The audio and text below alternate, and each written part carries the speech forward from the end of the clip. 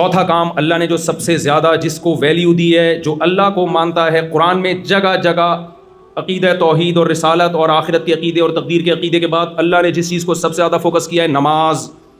یقیمون الصلاۃ، اللہ کہتے ہیں جو ہم پر ایمان رکھتے ہیں وہ نماز پڑھتے نہیں ہیں، قائم کرتے ہیں. پڑھنے اور قائم کرنے میں فرق ہے. ٹرخانے والی نماز پڑھی جاتی ہے، اور جو باقاعدہ جماعت کے ساتھ مسجد میں حاضری خشوع و خضوع کے ساتھ ہوتی ہے اس کو اقامت صلاۃ کہتے ہیں. جگہ جگہ قرآن اقامت صلاۃ کا حکم دیتا ہے، نماز پڑھنے کا حکم نہیں دیتا.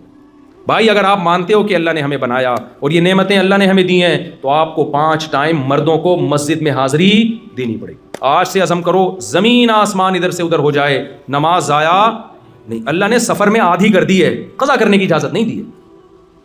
جہاز میں جب بیٹھو سفر میں، بھائی نماز کی ٹائم وضو کر کے بیٹھو. جہاز میں کھڑے ہو کے نماز پڑھنا فرض ہے، ممکن نہ ہو تو بیٹھ کے پڑھ لو احتیاطاً اس کو، کیونکہ فرض نماز کھڑے ہو کے ہوتی ہے، بیٹھ کے نہیں ہوتی فرض نماز.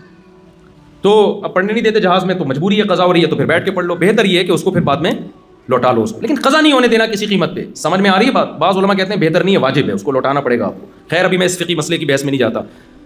تو کسی اگر نماز چھوڑنے کی اسلام میں کوئی گنجائش ہوتی تو میدان جنگ میں جب دشمن سے مقابلہ ہو رہا ہے، سفر بھی ہے جنگ بھی ہے، وہاں اللہ کہتے معاف ہے. نہ، اللہ نے کہا نہیں. وَإِذَا كُنْتَ فِيهِمْ فَأَقَمْتَ لَهُمُ الصَّلَاةَ، اے نبی جب آپ ان میں موجود ہوں اور نماز کا ٹائم ہو جائے تو اس طرح سے نماز پڑھو. پورا طریقہ اللہ نے بتایا. پھر اللہ نے کہا اگر اتنا خوف ہے کہ گھوڑے سے اتر کے تم نے نیت باندھی تو تمہیں خوف ہے دشمن قتل کر دے گا، مجبوری میں پھر گھوڑے پہ بیٹھ کے نماز پڑھ لو، رخ قبلے کی طرف ہو. اللہ نے کہا اگر قبلے کی طرف رخ کر کے بھی خطرہ ہے کہ دشمن مار دے گا تو جہاں بھی رخ ہے، اَيْنَمَا تُوَلُّوا فَثَمَّ وَجْهُ اللَّهِ، جہاں رخ کرو گے وہاں اللہ ہے، تو تم وہیں جہاں بھی رخ ہو وہیں منہ کر کے نماز پڑھ لو. اے اللہ تو ہمیں اتنی ٹینشن کیوں دے رہا ہے؟ سوال پیدا ہوتا ہے. جنگ کے بعد پڑھ لیں گے آرام سے. اللہ نے اگلی آیت میں فرمایا ان الصلاۃ کانت علی المؤمنین کتابا موقوتا. دیکھو اصل بات یہ اب میدان جنگ میں نماز کا حکم اس لیے دے رہے ہیں کہ صرف مسلمانوں پہ صرف نماز فرض نہیں ہے، مقررہ اوقات پہ فرض ہے. ٹائم چلا گیا تو نماز چلی گئی. لوگ آخر میں شام کو آ کے ساری نمازیں پڑھ رہے ہوتے ہیں. ایسا نہیں ہوتا بھائی، ہر نماز کا اپنا ایک بولو ٹائم، تو آپ اس ٹائم کی پابندی کرو. خواتین گھر میں نماز کا اہتمام کریں. جمعے میں الحمدللہ یہاں خواتین آتی ہیں نماز پڑھنے، جمعے میں مسجد میں آئیں تاکہ مسجد سے ان کا رشتہ بولو نا مضبوط رہے. یہاں اگر خواتین مسجدوں میں نہیں آئیں تو ان کا رشتہ مسجد سے ٹوٹ جائے گا. اور عورت گھر میں بچوں کی تربیت کرتی ہے. آج کل تربیت اباؤں کے کنٹرول میں بہت کم ہے، ماؤں کا کنٹرول زیادہ ہے. ماں پردے دار ہوگی بچی پردہ کرے گی، ماں پردہ نہیں کرے گی بچیاں پردہ نہیں. وہ باپ کو بیوقوف سمجھنا شروع کر دیتی ہیں. تو خواتین کو اگر مسجد سے نہیں جوڑیں گے تو بڑا مسئلہ خراب ہو جائے گا. آگے جلدی ہے تو جلدی پکڑائی میں پتہ نہیں دوبارہ کب آئیں آپ لوگ. اور نماز قائم کرنا. چوتھی چیز اللہ نے چوتھے نمبر پہ جو سب سے زیادہ ویلیو دی ہے نا وہ زکوٰۃ اور صدقات و خیرات. مسلمان کنجوس بولو نہیں ہوتا، کسی کا حق نہیں دباتا، ایک درہم کسی کا لے کے مرتا نہیں ہے. نبی جس نے پیسہ کسی کا لیا ہو نا اس کے نماز جنازہ نہیں پڑھاتے تھے. جس کا کسی پہ قرضہ ہو نا سوچو یار کیا سزا ہے یہ کہ پیغمبر نماز پڑھانے سے انکار کر، جب تک کوئی ذمہ داری نہیں لیتا کہ اس کا قرضہ میں ادا کروں گا.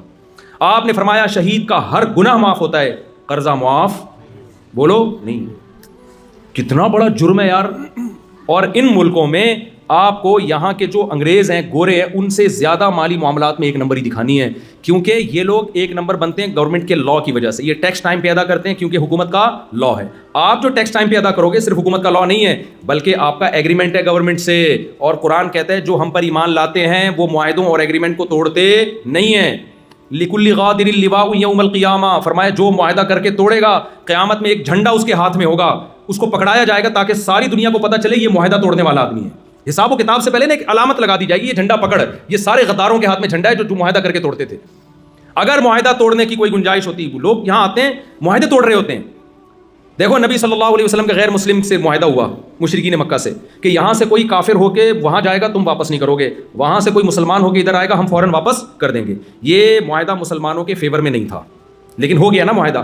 ادھر سے حضرت ابو جندل اسلام قبول کر کے ادھر آئے، ہاتھوں میں بیڑیاں ہیں کیونکہ ان پہ ظلم ہو رہا تھا، بھاگ کے آئے تھے، فرار ہو کے آئے. مشرکین نے کہا آپ کا ایگریمنٹ ہوا ہے وہاں سے جو آئے گا آپ واپس کریں گے. ابو جندل نے عرض کیا یا رسول اللہ مجھے ان کافروں کے حوالے کر رہے ہیں تو مجھے مار دیں گے. آپ خاموش ہیں اور پکڑ کے ان کے حوالے. کیوں؟ معاہدہ. مسلمان معاہدوں والذین ہم لاماناتہم وعہدہم راعون. اللہ کہتے ہیں جو ہم پر ایمان رکھتے ہیں وہ امانت میں خیانت نہیں کرتے اور وہ معاہدوں میں خلاف ورزی نہیں کرتے. 1 کھرب روپے بھی کوئی آپ کے پاس رکھوا دے اس کو اطمینان ہونا چاہیے کہ 1 روپیہ بھی اس سے نہیں نکالے گا. یہ اس کو کہتے ہیں 1 نمبر. سمجھتے ہو کہ نہیں سمجھتے؟